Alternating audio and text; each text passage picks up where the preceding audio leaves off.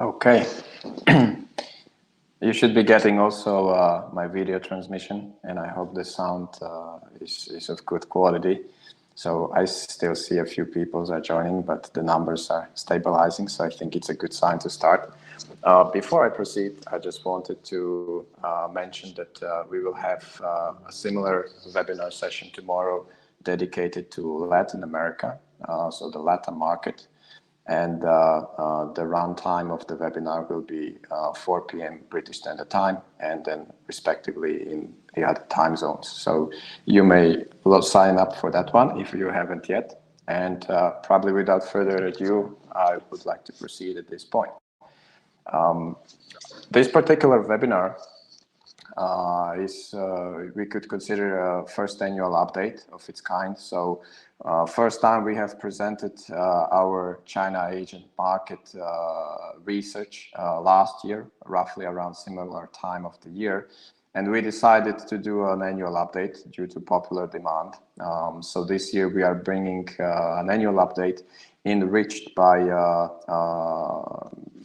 information from agents in country, as well as their students and parents regarding how they are dealing with the situation during COVID, post-COVID, and what it means for educators, how they can sort of attune to the current circumstances in China. Just before I proceed to the slides, allow me to briefly introduce ourselves. Our name is BONARD, formerly known as Student Marketing. We are market research and intelligence consultancy, well established in the international education sector. And among our sort of clientele and institutions that we support are usually associations, governments, destinations, language school chains, universities, so a range of stakeholders who are active in international student mobility industry. And we assist either with market research, market data, market reports, analysis, and then with more practical solutions when it comes to organizing bespoke trade missions, individual trips, and a range of online marketing and digital marketing solutions as well. Before I sort of dive into the data, just to set a little bit of context and understanding that this webinar does not necessarily only focus on the COVID situation as such. Since we have started the annual publication of agency market update for China, it predates the COVID, but we also collected the data during the COVID period, which actually made it a little bit more challenging, and that's why this time the update took a little bit longer to prepare and conduct. However, it spans over the period before, during, and we are looking also after the COVID period. When it comes to the overall scope and size of this research exercise, it covers roughly 130 cities, among which we count Tier 1 and Tier 3 cities. And this year we particularly focus on the Tier 3 cities, bringing a bit more in-depth intel on the agencies located over there. Our agent sample includes over 1,500 active agencies that this year we have sort of screened again, verified, updated whether they are active, reachable, and sort of able to engage with their industry counterparts internationally. In addition, we have run a series of in-depth interviews with around 35 agencies in China that were kind enough to offer their experience, intel, sharing their sort of feedback and circumstances, how they are coping with the current market situation and what kind of plans they are shaping and what they would advise the educators as well in such terms. So as an overview of the slides, I will proceed with the market update, followed by the agency market information. For those of you who have joined the previous year, it will be a slight sort of enrichment of the information that you have seen, while others can learn. and ask questions about the market in general if you are rather new to recruitment in China. And then a bit about the post-COVID situation in China, followed by recommendations and hopefully some Q&A session towards the end. When it comes to the overall market situation, China has maintained steady growth, and just to mention the numbers collected by UNESCO in terms of higher education, it already surpassed over 660,000 Chinese students that were enrolled overseas in 2019. The 2019 data is not yet available. It will be published sometimes later during the year. However, there is an anticipated 8% increase year to year for 2019, as according to the Ministry of Education in China. What makes China a particularly surprising market and also an interesting one is that most of the students are 90% self-funded, and that attracts a lot of educators and as well as competition in the market. The other fact is that most of the Chinese students, once they conclude their studies overseas, they tend to return. So roughly 84% of students are returning, so-called sea turtles, and they are trying to basically find career prospects back home after they graduate and do the work experience and so on. So these are the factors that need to be taken in when trying to sort of approach either the market or develop the strategy or work with the agents and perceive what the students and parents are trying to get out of the curriculum. When it comes to the overall sort of how the market functions, we account that roughly 30% of students are applying directly to overseas institutions, so it could be colleges, universities, high schools, whereas majority, so roughly 70%, is still using some sort of intermediary or consultant, so it could be an agency or a B2B agent. And through these means, they are then entering either the university of their choice or an educational group where they do their foundation pathway, English improvement programs, and so on and so forth. I'm not sure if you can see the center chart because it's a bit blurry on my side, but it basically shows the correlation between different segments of the study programs that are most in demand in China. So higher education is in the highest demand, especially the undergraduate programs in the recent years, followed by high school K-12 curriculum that has been growing intensively over the recent years as the age of students got progressively lower and lower. Followed by junior ELT segment, so the summer camps, summer schools that have been a reasonably booming industry, however took a serious hit this spring in light of the COVID situation. And then the adult standalone ELT sector, which is developing in its own way and mainly developing delivery and capacity inside of China. When it comes to further agent numbers, we account that there is roughly 5,000 agencies, agents, and individuals that are active in the consulting industry or study abroad consulting. When it comes to our records, we account roughly over 2,800 of those that are sort of individual and unique. However, many of them have been ever since inactive, since we started to monitor the agent market. So at the moment, we count roughly 1,500 active agencies that are active and reachable in China and can engage with overseas educators. The nuance of the agent market is that it is certainly the largest market in the world, and it makes relatively difficult to identify the right partners. Also, there was also a question of sort of certain level of quality and transparency in the market. So until recently, it has been difficult to distinguish which agents are sort of following things by the book and which agents might pose a certain risk to the educators. So as a result, the market was deregulated in order to promote a healthy internal competition.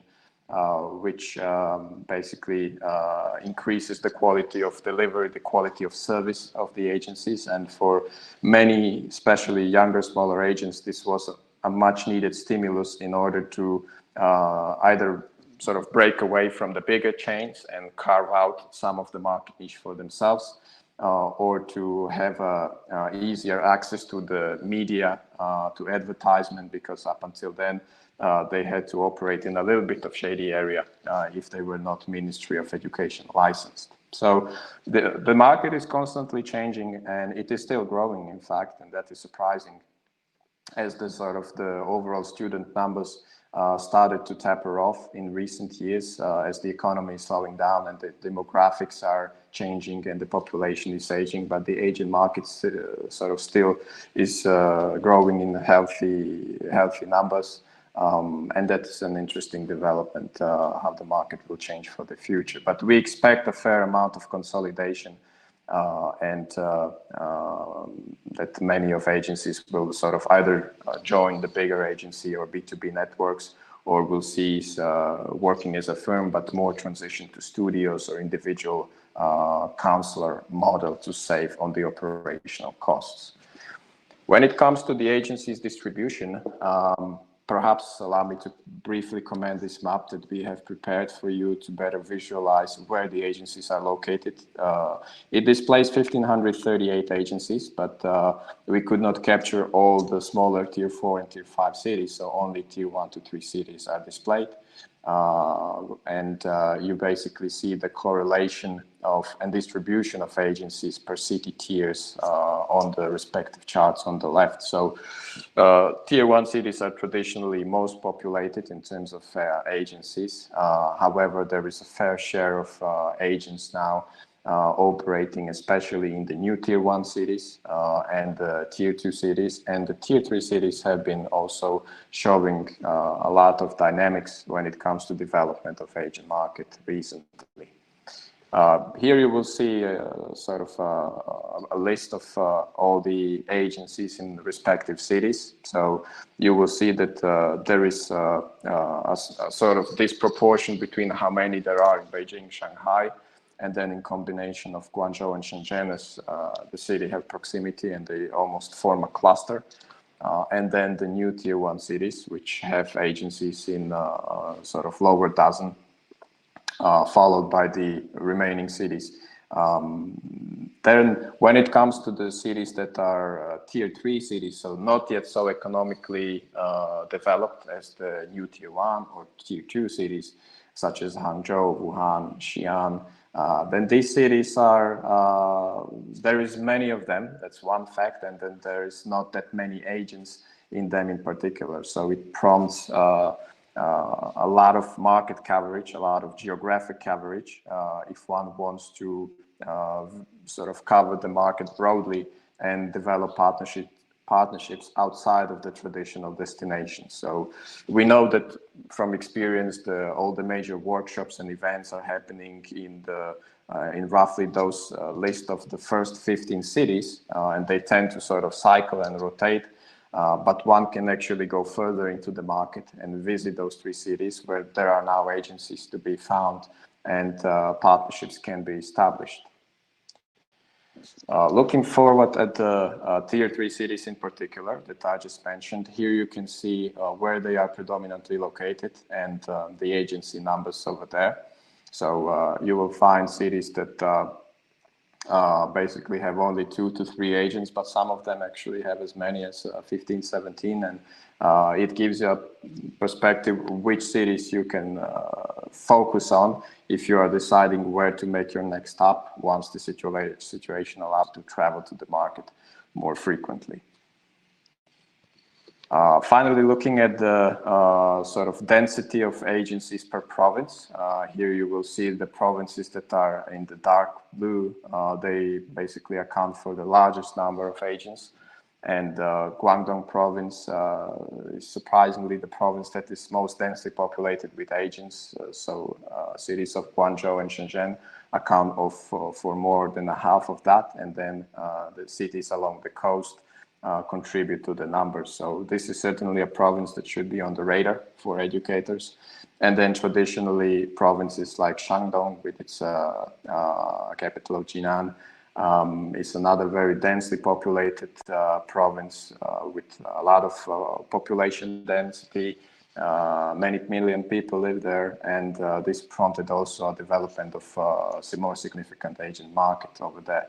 So most of the agents are basically located on the provinces on the eastern coast, which economically have been always in the fore of development, but one can also go to Sichuan, cities of Chengdu or city of Chongqing, and there is other agencies to be met. And then the newer sort of smaller provinces, which represent the new frontiers for further establishment of educators in China. When it comes to agency statistics and what we could draw from our internal agency records, having surveyed their websites, having done interviews with them, when it comes to destination portfolio, you will see on the top left chart that traditional destinations are still in the front. But if you would look at this figure, let's say 5 or 6 years ago, you would see that the representation of those other destinations such as Japan, New Zealand, Singapore, Korea, or European countries would be much smaller. That means that these countries, as alternative destinations, as non-traditional destinations, have been gaining a lot of market share in the recent years, coupled by the fact that education there is usually more affordable. There is not such a high saturation of Chinese students at the educational universities.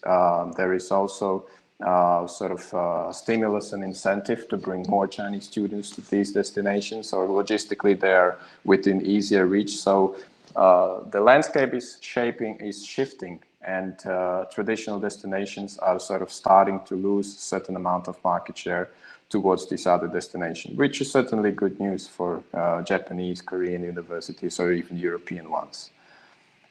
When it comes to the agency size and how much market share they tend to hold between each other, you will see on the pie chart at the right that China, despite having supersized agencies, the likes of New Oriental, JGL, or EIC, which send students in several thousands, it is still a market dominated by small agencies. And for us, small agency represents one office agency or individual, and there is over 1,000 of those compared to the mid-sized agencies, so roughly 400, and 100 of big agencies. On the other hand, the big agencies do hold the largest market share in terms of the offices. So you will see that they will altogether, they have over 1,800 offices in China combined, and therefore still a very dominant market share. And if you succeed in partnering with a big agent that can bring you into another 20 cities where they operate, that's certainly a big win for an institution. On the other hand, you can rather focus on those mid-sized and smaller sized agents, which are easier to partner with and are also in higher demand of new partners and programs to promote, and tend to be a little bit more flexible than the giants. When it comes to the lower chart, you will see how the market basically grew over the years. So average agency experience is 12 years, and most of them have been established in the course of the previous 10 to 15 years as the market started to sort of grow much more intensively. Another specific for China is that a vast majority is very much focused on long-term adult programs, K-12 programs, and 33% represent short-term junior ELT programs, summer camps, or alternative programs. So it's still very much higher education dominated market. When it comes to a certain share of agencies that work with B2B agents, so bigger umbrella institutions in China, or educational groups, international education groups, 43% we have found to be in such case. So they work with B2B agents or are part of agency network, of wider agency network, whereas 57% are not. And on the other hand, when we surveyed this 57%, we found that as many as 92% are actually quite in favor of developing cooperation with bigger umbrella institutions. So it is a sign for those institutions that are already established in China that focusing on smaller agents in tier 3 cities in particular is a viable marketing strategy into the future. As tier 3 cities, where you will see on the outer pie of this chart, represent 20% of such agents that have experience with B2B institutions and working with B2B institutions. So further drive towards partnering with B2B networks, educational institutions is a viable strategy for the Chinese education agents. When it comes to events and sort of workshops and fairs, we also try to pull something out of our data in this regard, and we found that there is actually quite a difference between certain provinces in the way how they basically convert their interest to participate at educational events. So you will see that provinces in the north and then further towards the south of China have actually a high interest in participating in the fairs, workshops, annual conferences, however you name it.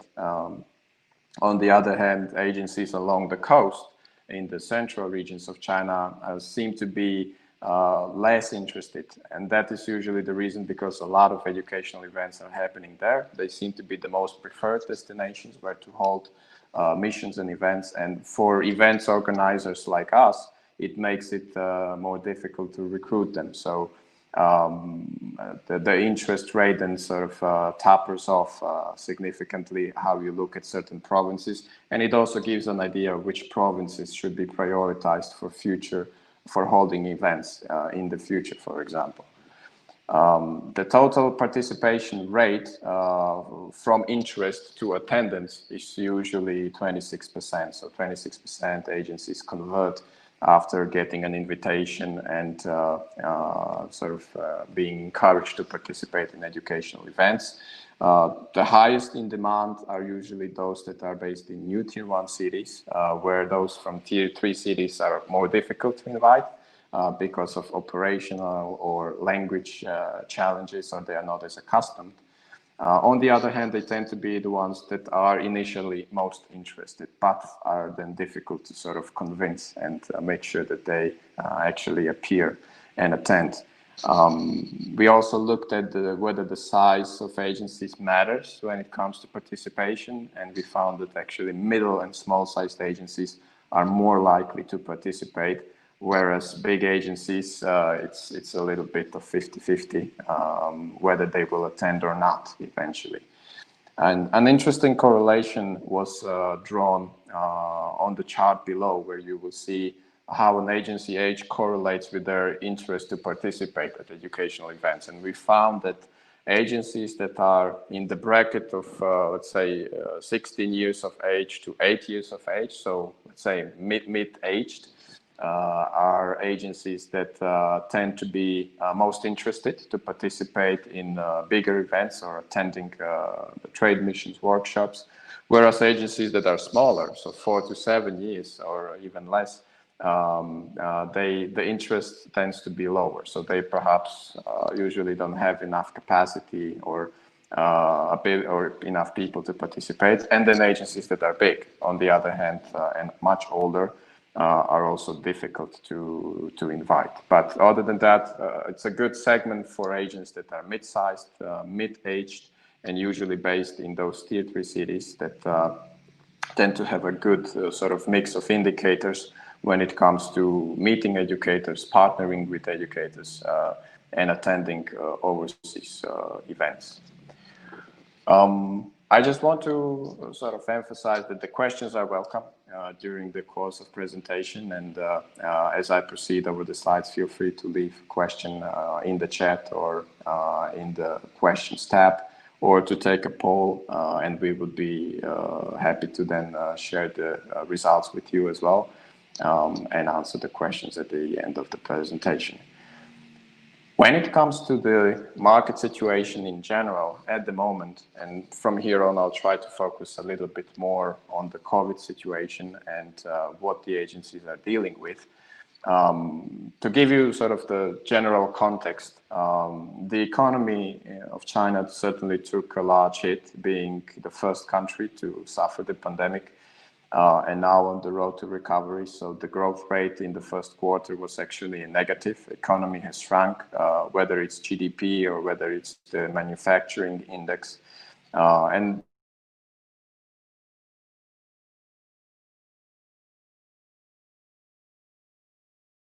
it's the nuances that matter, and sort of regular folks and people have been affected the most. So we hear a lot about furloughs, about half pays, about people left without the job, even in the education industry. And certain educational groups and companies face potential closure. Pretty much everybody accounted loss of revenues, and it was a big hit for the industry as such. On the other hand, it prompted online education towards further development, and it has grown massively over the last year. Basically, it almost doubled. Yes, many of these students are temporary ones, and they are taking online courses as a sort of short-term solution until they can proceed with the regular in-person delivery.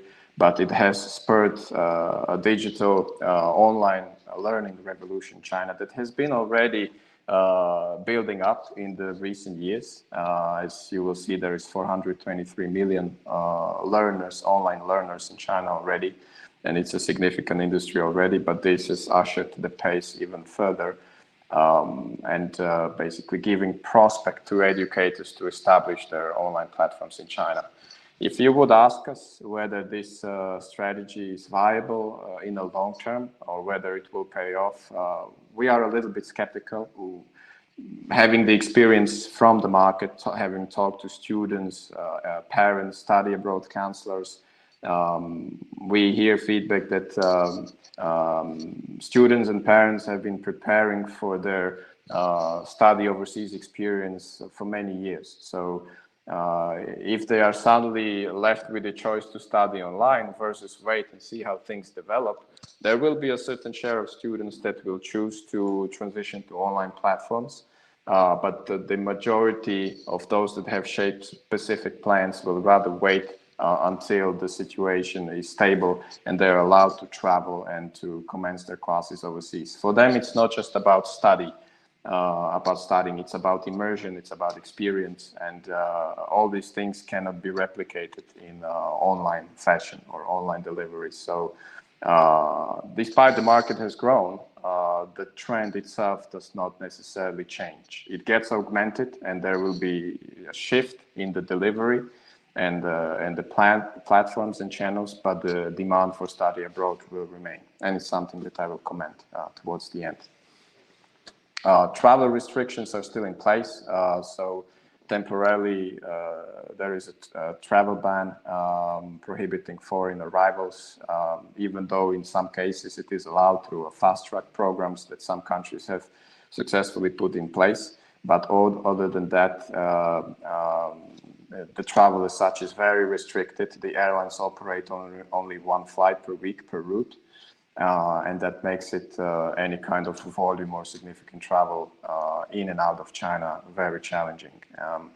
There are estimates that this state would or might continue until October, and then depending how the situation goes, it might be lessened. So depending if there will be a second wave and how serious it might affect the logistics and the safety in general, this will probably shape in light of that. But it seems that China is coping even with some relatively new cluster outbreaks or the mobility between the borders that is prompting higher risk, and has been able to curb off any sort of potential second wave in so far. So the prospects remain carefully optimistic when it comes to further travel to China internationally or out of China. Here I want to thank the agent partners that have contributed with their responses, because the slides that will follow are mainly based on the in-depth interviews that they were kind to share and to have with us. So we went on to ask them about their situation, circumstances, about their decision-making patterns, and to take it broadly and then to specifics. Agencies are now 70% operational in office, we could say. There is still about 1/3 of them that are either working purely online or have a model of working between office and online, which means that they might be more challenging to reach via email, via a regular landline, and therefore social media and personal contacts are encouraged in order to reach them, but try to reach them during their working hours, as we have heard many times that they often complain that they have to work very odd hours if they want to connect with their partners in North Americas or in Europe. So try to respect their working time and their circumstances. Agencies mainly recruit in combination of in-person and online at the moment. So 86% responded that it's a combination of both online and in-person recruitment. So they are starting to increasingly see clients come to offices. The most dominant recruitment channel remains online, and this is a trend that is likely to further strengthen. Already 96% of agents responded that online is the most frequent channel for them, how they engage with prospective students and clients. So for any institutions that are serious about China, it's almost a must to have an online recruitment either platform or strategy or materials in place before they even conduct or engage with their agency partners these days. When it comes to program preferences, agencies are now much more confident in the long-term programs than short-term programs. So junior programs have had a very serious hit during the last couple of months. It is anticipated that most summer camps will probably not open, and if so, then they will open domestically. So those summer camp focused agents are trying to open or run camps in China domestically, or recruiting for the 2021 winter or 2021 summer later on. On the other hand, when it comes to long-term programs, you will see in the upper middle chart that the emphasis is sort of shifting towards 2021 spring to 2021 autumn. So agencies are getting most engagement with different student groups or segment sizes when it comes to recruitment for 2021 spring or 2021 autumn. And they are using online programs as an interim solution at the moment, or rather waiting until the situation improves. Agencies are roughly 60% confident when it comes to further study abroad prospect of their clients. So if 100% would be perfect, then they are cautiously optimistic, but remain set in their ways to sort of recruit and try to reschedule the students for the 2020 fall semester, or then for the 2021 spring, for which they actually are already seeing clients and students. Many of traditional destinations have taken decreased interest in applications from agency clients. So you will see that Germany, France, USA all have suffered. It means that agencies have had much less demand. The more significant the chart is, the less demand there was. On the other hand, the charts in yellow represent an increase in demand. So Asian countries have been actually faring better and have been representing a more predominant choice recently. And that means that students are deliberating, and they are deciding whether it might be more viable to travel and study in Asia, or to look at the countries that have dealt with the pandemic in a better shape. So that sort of will trigger a certain change in the decision-making process of students and parents further on.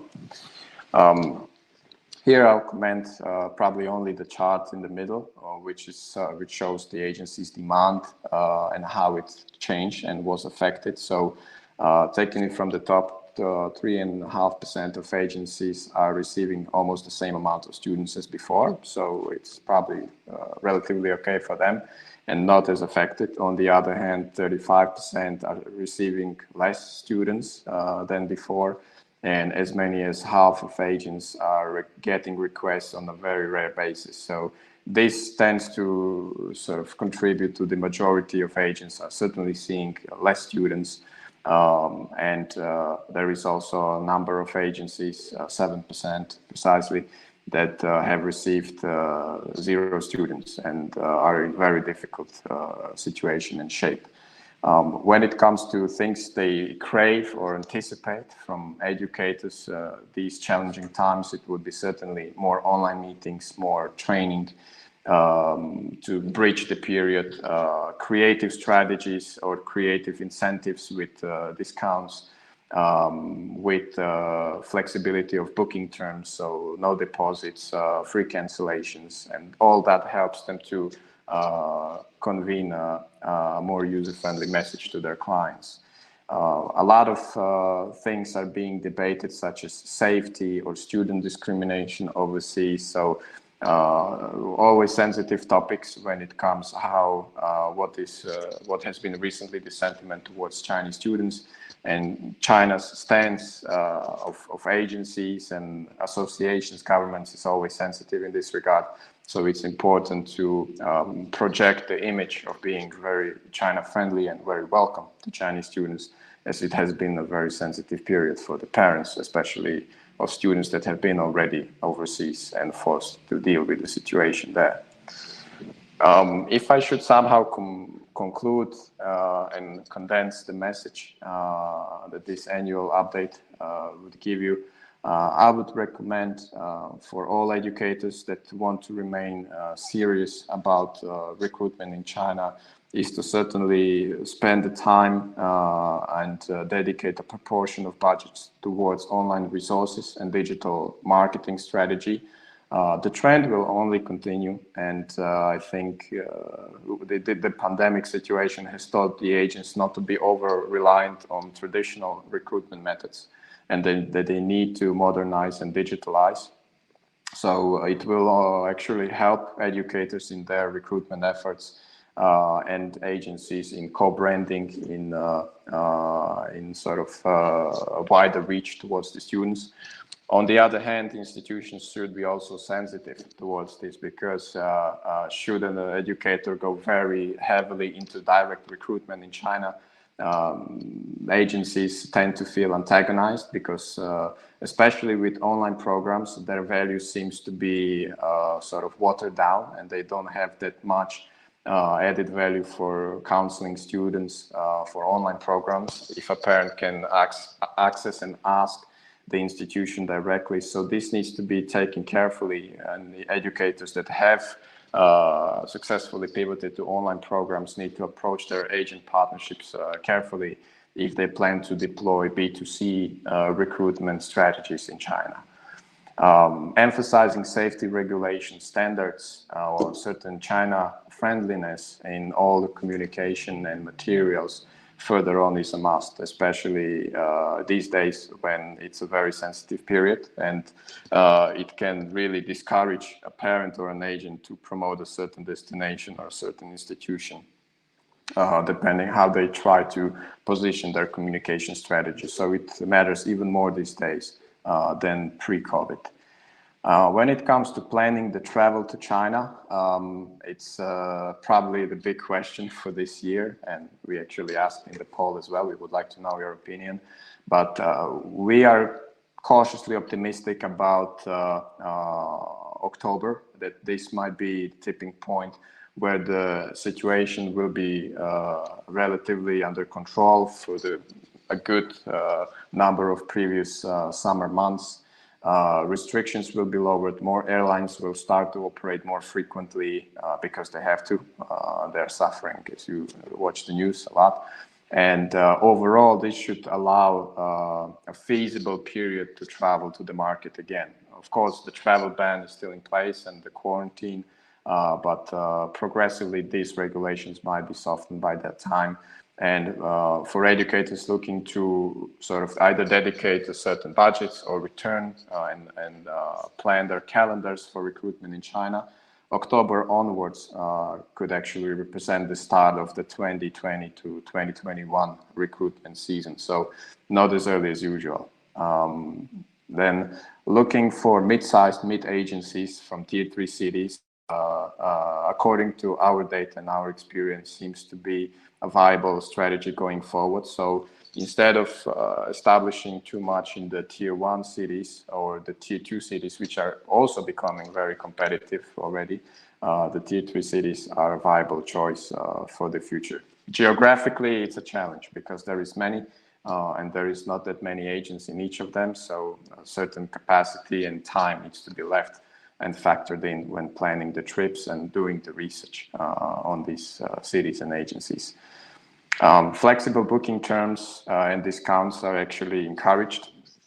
And like I said, the previous slides, at the moment, it seems that the industry in general is well adoptive of any incentives or easing of terms for their clients. So just like we have hotels or airlines offering non-conditional bookings or free cancellations or no deposits, similar patterns tends to be shaping in the industry.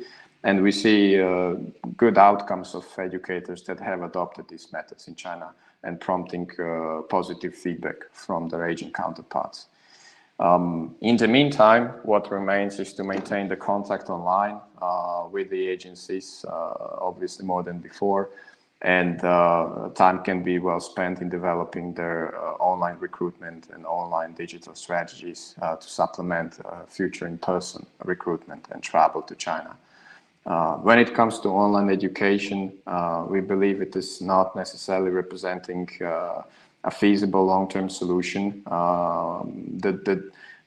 Sort of the social economic factors in China have been very strongly ingrained towards the fact that Chinese students would have the ability to study abroad and immerse and gain experience and adopt a certain new way of life, and then having a chance to return to China and secure better career prospects, that online programs do not necessarily replace that.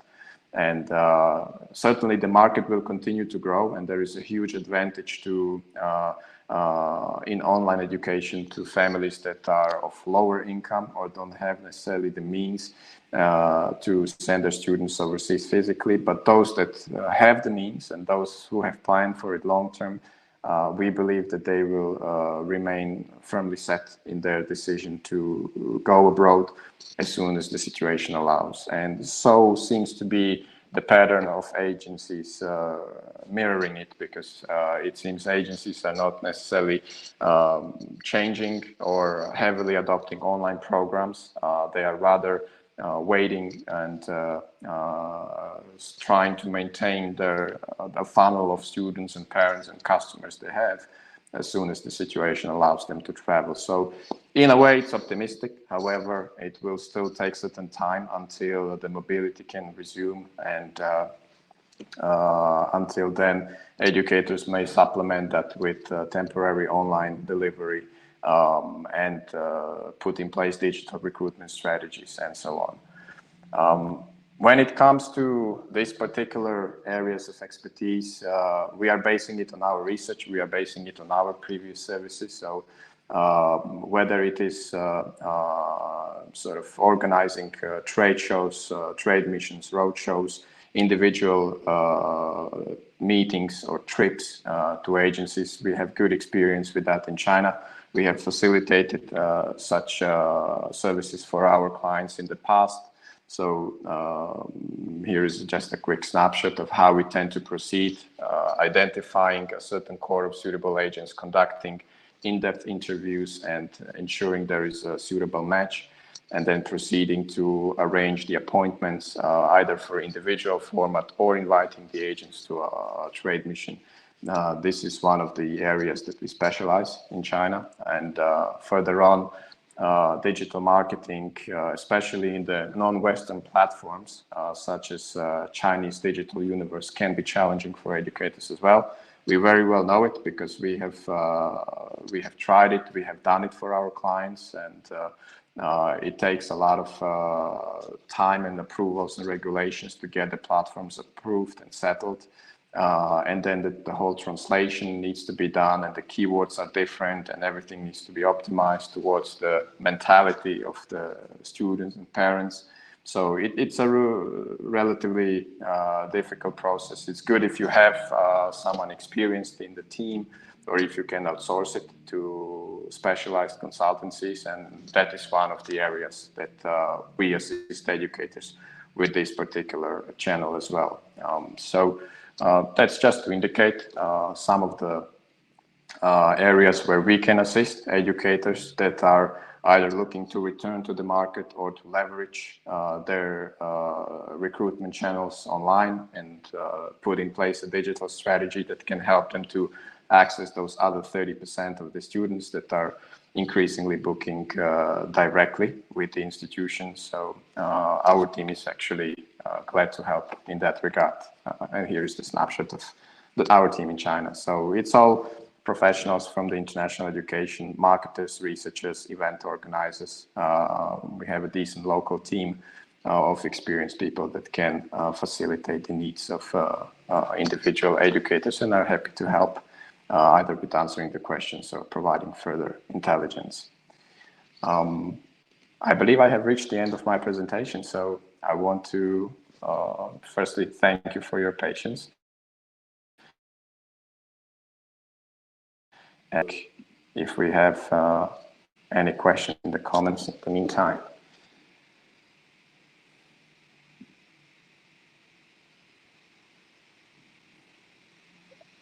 Okay, so there is a question whether we have a breakdown of English language pathway students versus direct entry into universities. This is a little bit difficult to measure, to be honest. Official figures by the Statistics Bureau of the Ministry of Education do not necessarily focus on this. They tend to approach all applications in this regard as higher education applications. What we tend to do in this regard is we look at the big data. So what are the sort of keywords that are being searched? What are the booking patterns that are being done in certain cities around China, and then extrapolate the data and the percentage from that. So not direct data, but indirect data, it is possible to prepare on request. There's a question about the summer program. So it's a tricky one. I know that I personally know many educators that were forced to either not open or considering not to run their summer schools this year. I believe it will be a difficult year for them, and it depends how sort of how invested they were in the Chinese market, what was the share of Chinese students. If very heavily, then we would recommend to try to diversify, but other countries basically sort of face the same circumstances just later. So to be very sort of brutal and honest, we don't really think there will be much of the summer camp sort of business happening this summer. Maybe a handful of programs towards the end of the summer.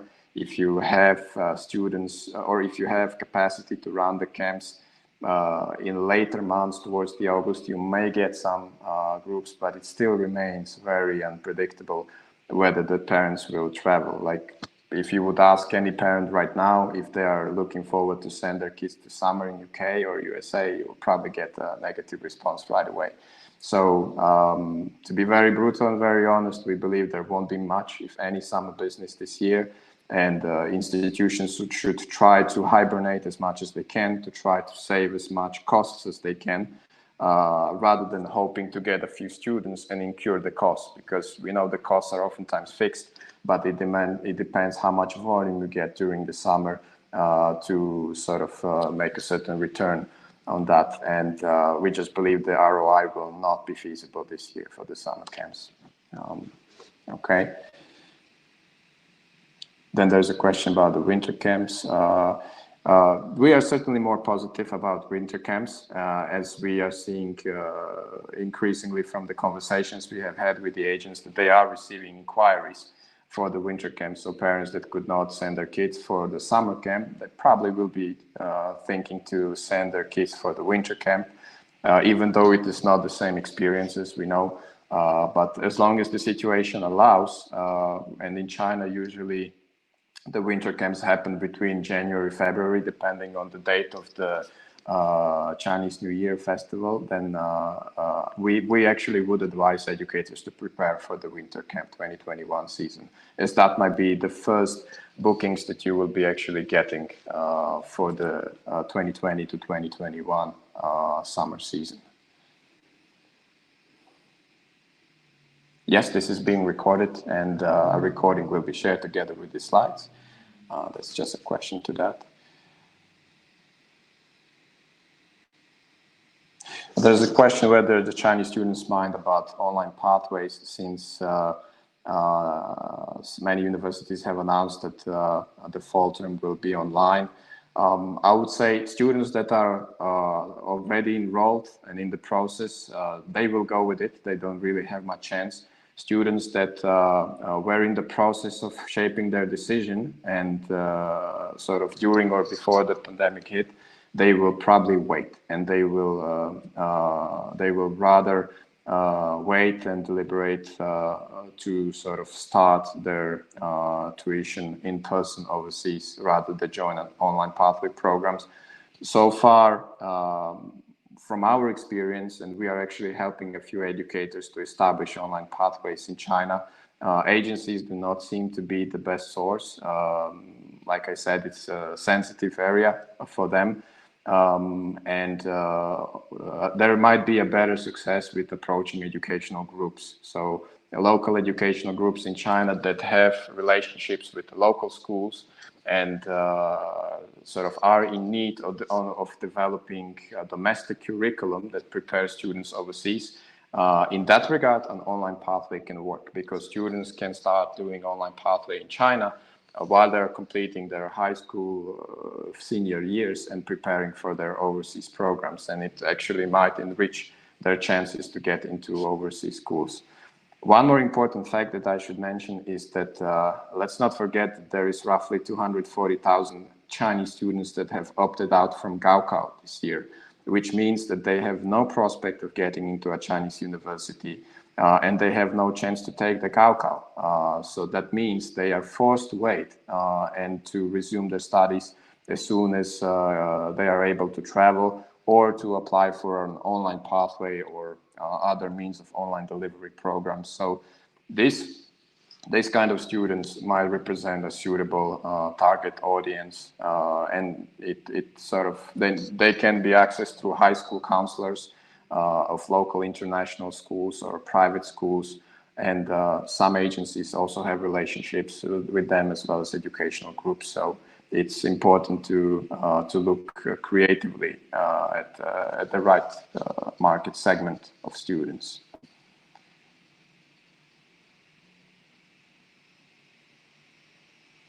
Okay.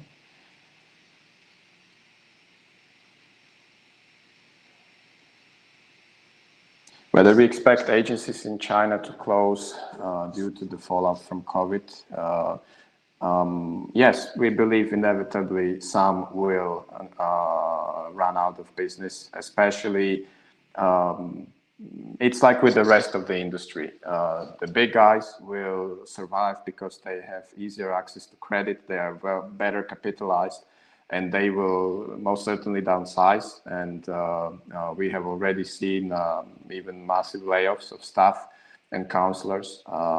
Then on the other side of the spectrum, the individual counselors, those studio size agencies, unless they are able to pivot themselves, they will inevitably face closure, because for them, it's a decision of whether they enroll 10 students or 20 students this year. And if they have enrolled 20 last year, and this year they are only looking at enrolling 10 students, then it's a 50% decrease, and they have nowhere to downsize, So they will be in a very precarious situation. And in fact, what might happen is that this pandemic will purge a lot of individual counselors and studio businesses out of the industry. There will probably others that will replace them in the due time, but at the moment, the prospect for these smaller agencies is very uncertain. Okay. Well, I see that I'm at my time mark at this point. It's 6 p.m. over here, so there's many questions. I probably cannot answer all, but it's certainly very encouraging to see that. And I do appreciate all the comments that you have left. I hope this was somehow useful to your future decision making, whether you are planning to return to China physically, or whether you are looking to put an online strategy in place in the meantime, and to leverage the current situation to the best of your abilities. My last words to leave you with is that you should be optimistic. We believe that this is rather an episode than a significant disruption of study abroad patterns and trends in China. And even though that there are certain trends that are acting against it, like demographics, like the development of the online provision, like development of domestic supply, and so on, the study abroad will still remain for predominant majority of, let's say, better established or well-established mid-sized or mid-income families, the primary means how to increase their competitive advantage and how to improve their child's future. The term itself is very strong. Like one agency's commented, like, if you can't go study abroad, what's the point of doing any other alternative kind of study abroad programs, online or anything like that? It's either study abroad or study in China. But it just says that agencies are very firmly set in their belief that the industry will resume, and they will be able to resume their activities and gradually start sending the students that are waiting to resume their semester. So be carefully optimistic, plan for a later fall period. Do feel free to contact us if you need assistance with that, or with any implementation of digital strategy or digital platforms in China, and we will be happy to assist or advise and so further. So thank you very much. Have a nice rest of the day. I look forward to speak at near opportunity at another webinar session. And we plan to run this annual update on annual basis. So in the meantime, this will be shared with all of you who have participated. So have a nice rest of the day. Thank you very much. And I'm going to conclude the session.